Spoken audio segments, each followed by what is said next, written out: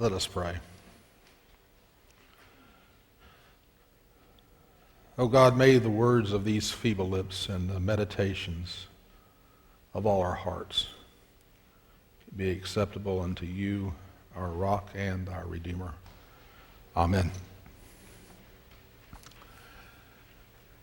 There was a small boy that was exceptionally rambunctious one day, to the degree that his father sent him to bed without supper. Well, when the father readied himself for his own bed, he heard his son say, "Dad, I'm hungry." Go to sleep. And then Dad got in bed. "Dad, I'm hungry." I said, go to sleep. "Dad, I'm hungry." "Son, if you don't go to sleep, I'm going to come in there and I am going to spank you." Long pause. "Dad, when you come in here to spank me, will you bring me something to eat?"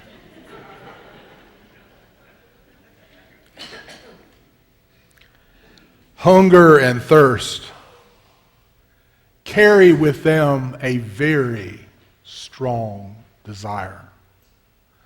So compelling that the desire for food or drink can supersede our ethics, our morality, other things that we have invested in that make life meaningful for us. It can cause us to retract to our most baser natures at the expense of everyone and everything else. In other words, those two desires can cause us to sin. Hunger and thirst. When I was a child, not yet a teenager, one of my favorite things to do was work with my grandfather. You've heard me mention him before, Harvey Lee Engel. Harvey Lee. And Harvey Lee was a builder, a carpenter. And I just loved being around him. He was smart, he was powerful, he was quiet, he was stern, but he was a very, very fair man. And I just loved being around him. And I was really, in those early years, his gopher, go for this and go for that. Fetch me a 2x4, get me my hammer, bring some nails, those kinds of things. But he had expectation of the grandkids. And we liked being around him because he expected us to do better. He wanted us to do it this way this time and be better the next time we did it. And it was Harvey Lee that taught me that axiom: measure twice, cut once. Yeah. And I just loved being around him. And the more I was around him, the more I got to do and the more responsibility he gave me. But one of my favorite things about Harvey Lee was 4:30 a.m. 4:30 a.m. Because that's when his pots and pans started rattling in the kitchen. And he was making biscuits.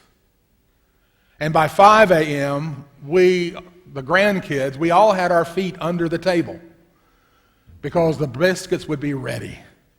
And that aroma would just fill the entire house. And we came running. But it wasn't only the biscuits. It was what went with those biscuits. We would get a bowl, and we would pour in that bowl blackstrap molasses. Has anyone had blackstrap molasses in here? Okay, the rest of you are deprived. Severely deprived. That blackstrap is what comes off the bottom when you cook. The molasses. It's strong. And what we would do is pour it in a bowl, and we would take some butter. Not this stuff you get in the grocery store, real butter. And you put butter in there, and you mix it up. and it would turn into this dark golden goo. And then you would take those hot, buttery biscuits, and you would sop them. Anybody sopped in your life? Okay, you're getting better. Yeah. You're improving. I'm excited about you. We would sop those buttery biscuits in that gooey blackstrap molasses and butter and just let them dissolve in our mouth like cotton candy. And no one spoke a word at breakfast time. We were too busy eating biscuits.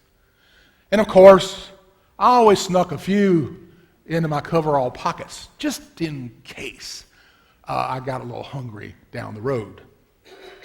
Great time.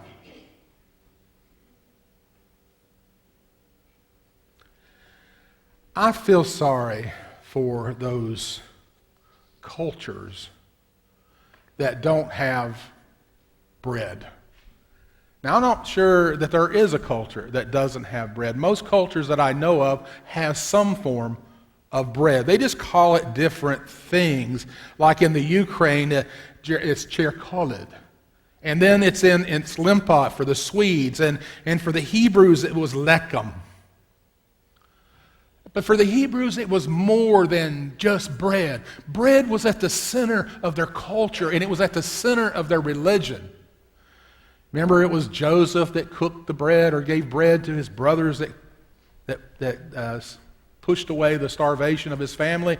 And it was the Hebrews escaping Egypt as slaves who had to go so quickly they couldn't allow the bread to rise. So unleavened bread is at the center of their Passover celebration. There was the manna in the desert where God gave this white gooey substance for them to eat. It tasted like bread out there in the desert when the children were hungry.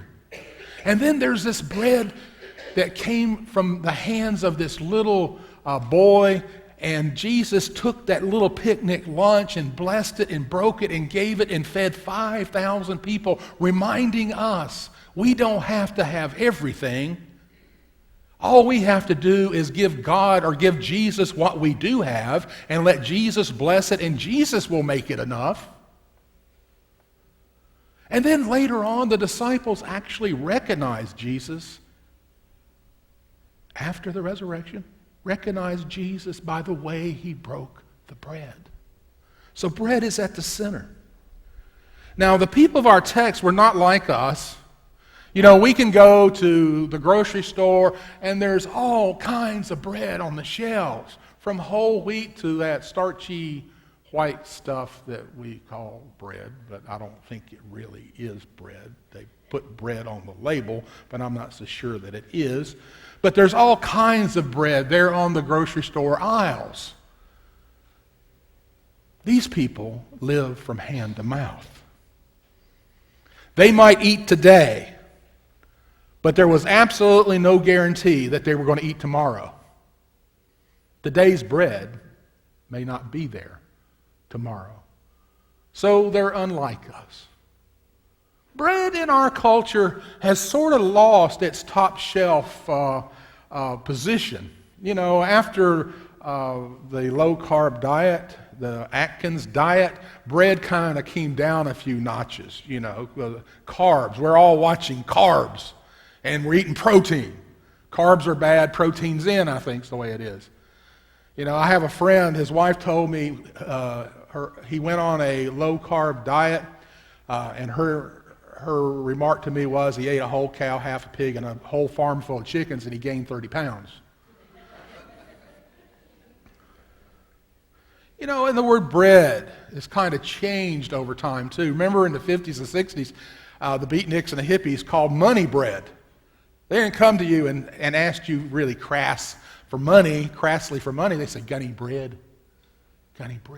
money. It was something you could go buy some bread with, I guess, but bread. And then there was the band that called themselves Bread in the late 60s and early 70s as well. Jesus is having a remarkable conversation with these people he's just fed. He has just fed their hungry bellies. Now, they came to that worship service that day on the plain, already hungry. They're already hungry when they get there. But they sit down to listen to Jesus, and Jesus preaches and teaches. The day gets long. You think I was only a long-winded sermon preacher? Jesus got long that day. And they got even hungrier. And Jesus took compassion on them. And so he tells the disciples come to him and say they're hungry. And they say, Jesus, send them off into the towns and villages so they can find them something to eat. And Jesus says, no, you give them something to eat. And they say, with what? And that's when the little boy comes forward with his little picnic lunch, and Jesus feeds the multitude. So Jesus is talking to that group he has just fed. They have just witnessed the miracle. And they want more. They want more bread. That was good stuff. Their bellies are filled today, and they want to make sure Jesus is going to fill their belly tomorrow, and maybe the next day, and so on and so forth. And Jesus is telling them, you're looking for the wrong thing. You're desiring the physical from me, and what you really need from me, what you really truly want from me, it's not the physical, but the spiritual. The spiritual. You know, there was a time when spiritual things got people excited. Not so much today. We're just too sophisticated for that. It's in the physical things that draw our attention and gets our juices flowing. You know, the new car, the new wardrobe, that vacation to exotic places, sporting events. A great week on the stock market. Yeah, that's what gets our energy really focused. It's those things that it gets intense and serious for us. We're too involved investing in this physical world to take seriously investing in the spiritual world. You know, those physical things make us feel good, make us feel special. You know, the trappings and the status of power and privilege. We continue chasing after them regardless of how little or how much we have.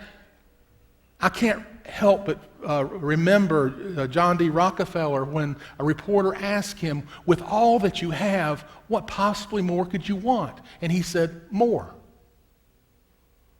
More.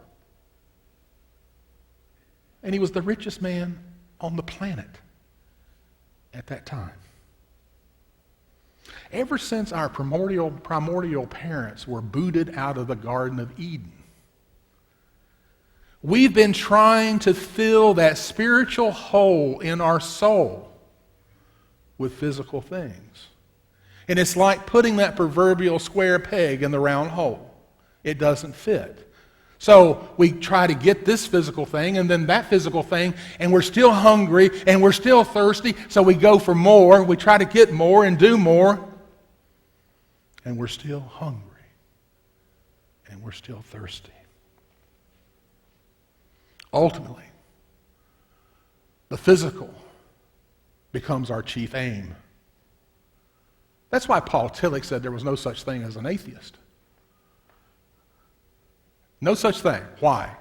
Because everyone has a chief aim. Everyone has an ultimate concern. And for Tillich, that ultimate concern is their God.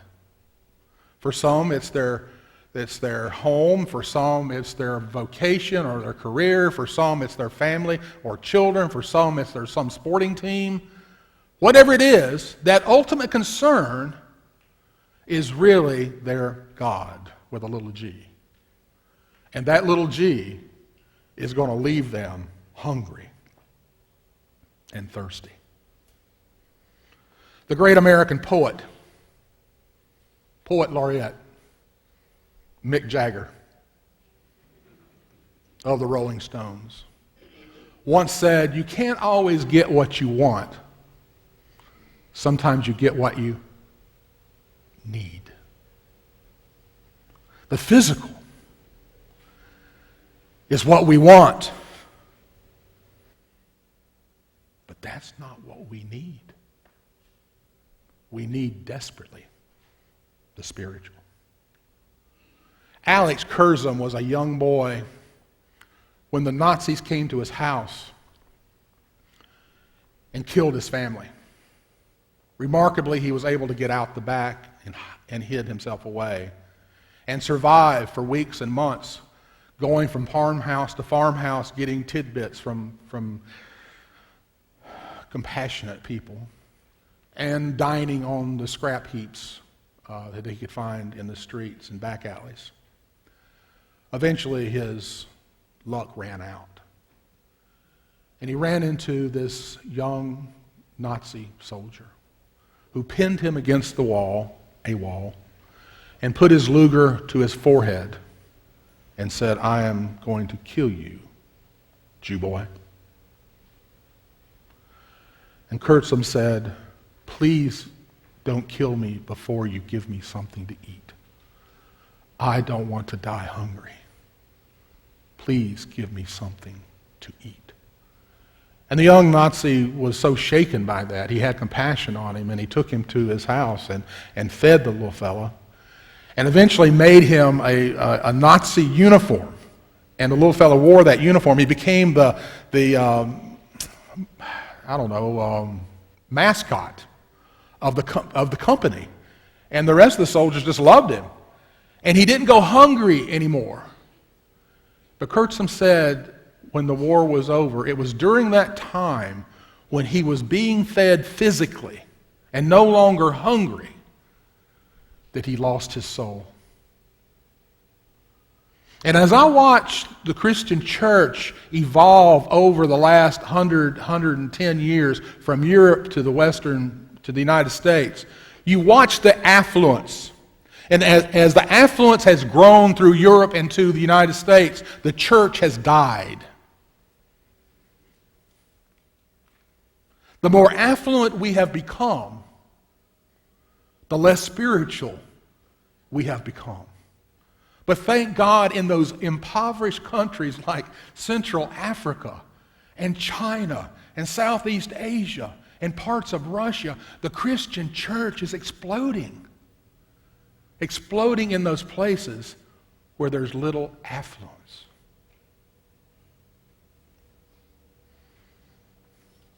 There is a passage from the Old Testament that has always troubled me. Maybe it's troubled you too. You remember the passage that says the sins of the parents are visited upon the children? Anybody bothered by that? Yeah, I've always been bothered by it. I don't want my children paying any penalty for a sin that I have committed. I don't want that to be passed down, but I have misread that for so long. It's not the sin that I do that's being visited upon the children. The sin is my attitude, my interest, the things that I set of value and hand to my children that's visited upon them. It's that kind of sin. It's my quest for the physical that I pass on to my children, and they pass on to my grandchildren. That's the sin. It's a different way of looking at it. And I know it's true because each generation has become less and less spiritual and more geared towards the physical. Do you think I'm off base? I mean, our children today, they can tell you the names of soccer stars, but they don't know anybody from the Bible. They don't know the great saints of the New Testament or the great characters of the Old Testament. They just don't know it. I was reading the other day how many children did not know the Ten Commandments, but they know the rules of baseball. We could go on and on. Jesus called those recently filled bellies to find a life of faith, to drink and eat living water and living bread. He calls them to eat and drink that which will transform their lives, give their lives meaning and purpose and value, give them something that's not going to rust and fall apart or be stolen in this world, but something that will last for eternity. When I was in the doctoral program at Candler University, Emory University in Atlanta, I had the I was blessed with an opportunity to sit at the famed preacher Fred Craddock for a couple semesters. And Dr. Craddock was a great guy and very astute. And he came up with the theological hermeneutic that you let people overhear the gospel. You don't hit them in the face with it. You don't beat them over the head with it. You preach in a way that they overhear the gospel. And now, Fred was about that tall. And you had to give him things to stand on so he could oversee the pulpit. But he was a great pulpiteer. And he told a story one time that I'd like to share. He said he was going to have dinner with his niece. And as preachers often do, your mind starts wandering a bit when you're by yourself. And he was in the den with a fire, and there was a dog lying on a rug in front of the fireplace. And it was a greyhound, an adopted dog, a greyhound. So he begins in his imagination having a conversation with the greyhound. Well, how are you? I'm doing fine. What happened? Get too old to race? No. I still had some race left in me. Well, what then? Did you not win much? Oh, I won a lot. I won a lot of money from my maker or my keeper, owner. Well, did he mistreat you in some way? Oh, no. He treated me like a king. Did you get hurt then? Oh, no. Then why? Why would a successful dog stop racing? I quit. You quit? Yep. Well, again, why? Why did you quit? Well, after all that racing, all that running, all that money, I found out what I was chasing was not real. The rabbit was plastic. Some years later, I had to smile when I read that there was a racetrack in West Virginia, and the owners of the dogs were suing the track owner because the mechanism broke and the dogs caught the rabbit, and they tore up the plastic rabbit and have refused to run since. And I had to laugh at that after. But seriously, Jesus was calling those before him that day to stop chasing the rabbit. And I think Jesus is saying to us here at First Church, stop chasing the plastic rabbit and chase the things that are eternal. Amen.